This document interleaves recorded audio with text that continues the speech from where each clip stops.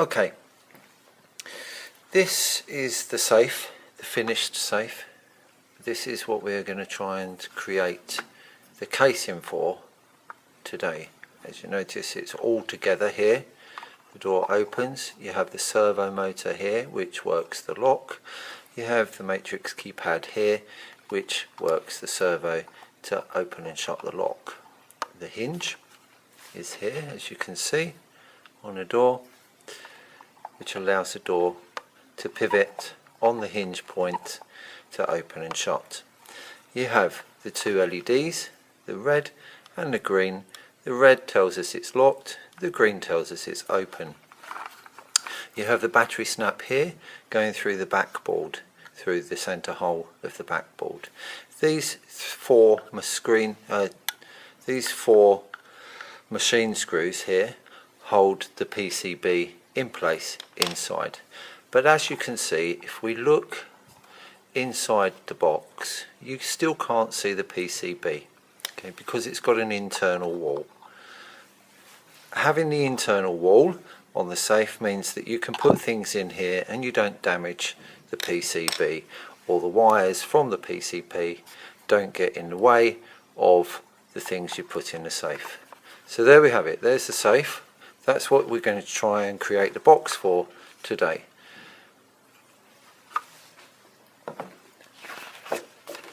These are the pieces that you need to create the box. Okay, these here create the cover for the servo. These are the gussets which hold the box together, and these are the pieces for the box. You actually need 2, 4, 6, 7 pieces to create the box, because this one here is the internal wall. This is part of the door, it actually fits in there, but we'll do that in a little while and you'll see how that fits in. So to begin with, what we need is all of the sides, which is 4 sides, all the sides with these gusset holes, the rectangular holes. See the rectangular holes here and here and here. Okay, so we can discard the rest. We'll put the rest to one side for the time being. We don't need those. We don't need that. We need this and this. We don't need this, this, this, this, or this. We don't need those, and we don't need these at the moment. So what we need to begin are the 4 gussets here and the 4 sides here. A gusset is a triangular piece that holds 2 sides together. It is a support and it strengthens. It's supposed to strengthen. If you look around the world, look at things around you, you'll see that gussets are everywhere. They're triangulating, which is giving strength. Triangulation is simply, if you had 2 pieces like that put together without triangulating it, it would squash. It would squash that way. So it would fold up like so. And there'd be no strength in it at all. The box would collapse without triangulation.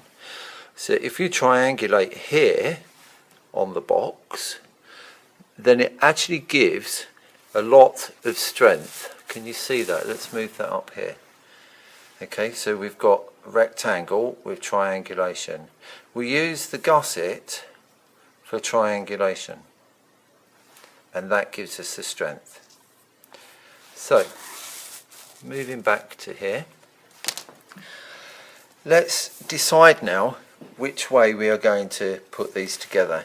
If we move them around slightly, and just you'll see how the joints link together there, and all of the gusset holes are lined up. Let's move it across, there we go. All of the gusset holes are lined up. That's where we get to on stage 1. We're ready to go. I would advise now getting a clean sheet of paper, getting some PVA. PVA glue is polyvinyl acetate. It's a wood glue and it works by evaporation. It's a wet glue and it soaks into the wood. So the wood is porous, or the MDF is porous. Whatever you're gluing with it, you need to make sure it is porous so that it soaks in and the water within it evaporates, or the liquid within it evaporates. Just see how I've done this. A small piece of glue on the paper, on my finger. You don't need a lot of glue. The more glue that you use, the slower it dries and the worse joint you get. So you just need a smear of glue. That's all you need on the joints there. Comes off your fingers, it's really easy. Get the two bits and place them together like so. They stand up, okay? And as long as you're working on paper, then you're not going to get glue all over the bench. Note how they stand up, but without the gusset, note how they can fold backwards and forwards. So let's place a gusset just by dipping the gusset into the glue. You only need that amount of glue on the gusset. Then we just wiggle this round so that we can get the gusset in place. And there we have it. Once that's dry, you won't be able to move this. So make sure that it's in the correct place before it dries. The next piece you need to pick up is this one, the one with a hole in. This is where the keypad goes, and this is where the LEDs go. But keep mindful of where the gussets go. The gusset holes here need to line up. So we pick this piece up, and again, very small amount of glue, just run it along, and that is the maximum amount of glue that you need. Place that like so. You can rest that there until you've got the gusset. Pick the gusset up, dip the gusset in to the glue, and place the gusset into the base hole. Move this up, and with a bit of wiggling it should just clip into place. Okay, so we have three sides now. Note that the gusset is sitting in place there and there. The keypad hole is at the top. The hole for the download socket is at the bottom, and now we just have one more side to put into place. This side is a little bit more difficult, more awkward than difficult. Let's put the glue on. So we've got glue on all of these edges. And just note that I've not put loads of glue on the paper. I'd rather run out of a little bit of glue and add more than have far too much and waste it. Okay, so we squeeze just a tad more glue on there, and we dip in our gussets. We place our gussets, carefully trying not to damage the rest of the box whilst we do it. Push our gussets in there, dip, dip, and push our gusset in there.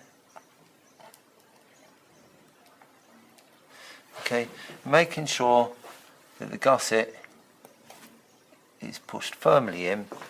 We've already got glue on this piece, and you can see the gusset holes need to line up,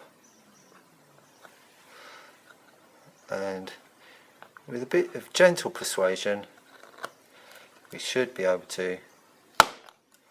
Good, that's a nice sound. Clip it into place.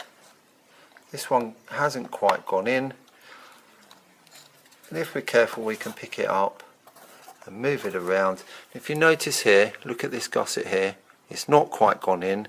The other gussets are in quite well, so now we need to try and get this gusset into place and squeeze it down